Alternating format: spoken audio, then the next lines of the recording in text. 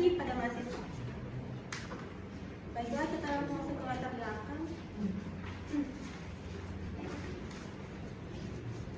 Istilah prokrastinasi pertama-tama dipergunakan oleh Brown dan Holtzman yang untuk menunjukkan pada suatu kecenderungan menunda-nunda suatu tugas atau pekerjaan. Prokrastinasi yang kerap dilakukan dalam jangka panjang akan membentuk suatu kebiasaan baru yang berdampak buruk pada akademik dan psikologis mahasiswa.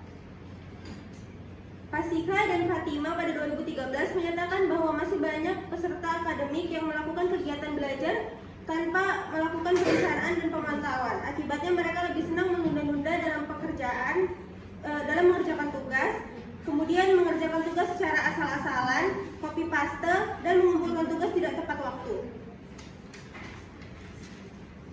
Untuk mengatasi masalah-masalah yang mampu menghambat produktivitas mahasiswa, maka digunakanlah sebuah aplikasi berbasis web yang mampu untuk menyediakan fitur secara sistematis untuk memberikan informasi kepada pengguna hal-hal apa saja yang harus dilakukan sesuai jadwal.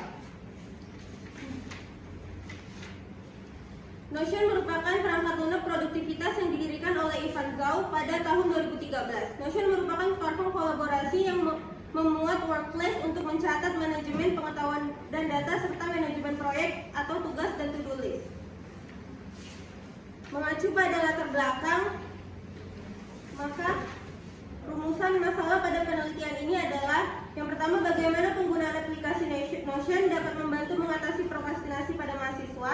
Kemudian bagaimana pengalaman pengguna aplikasi dalam mengatasi prokrastinasi menggunakan aplikasi Notion.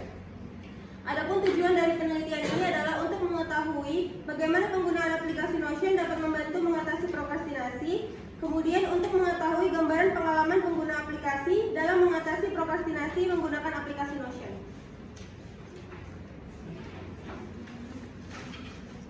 Kemudian metode penelitian. Jenis penelitian pada penelitian ini adalah kualitatif deskriptif.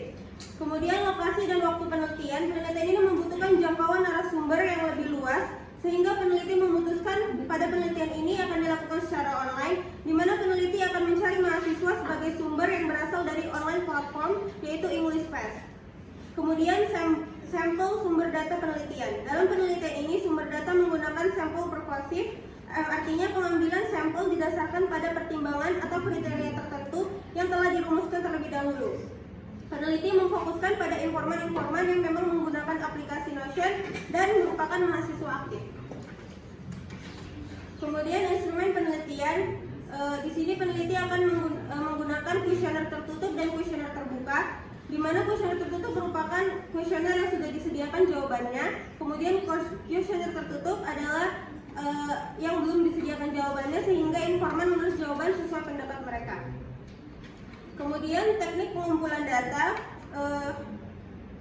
Pengumpulan data dilakukan dengan membagikan kuesioner di dalam Google Form yang akan disebar untuk diisi oleh responden melalui link yang tertaut di dalam Google Form.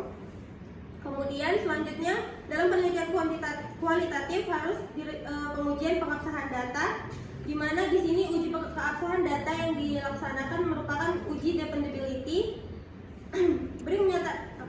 Uji dependability itu terdapat 3 step, yaitu uji stabilitas dan konsistensi. Dilakukan dengan cara menanyakan berbagai pertanyaan yang sama kepada informan pada waktu yang berbeda. Dikatakan stabil dan konsisten apabila jawaban dari informan tetap sama dengan jawaban awal.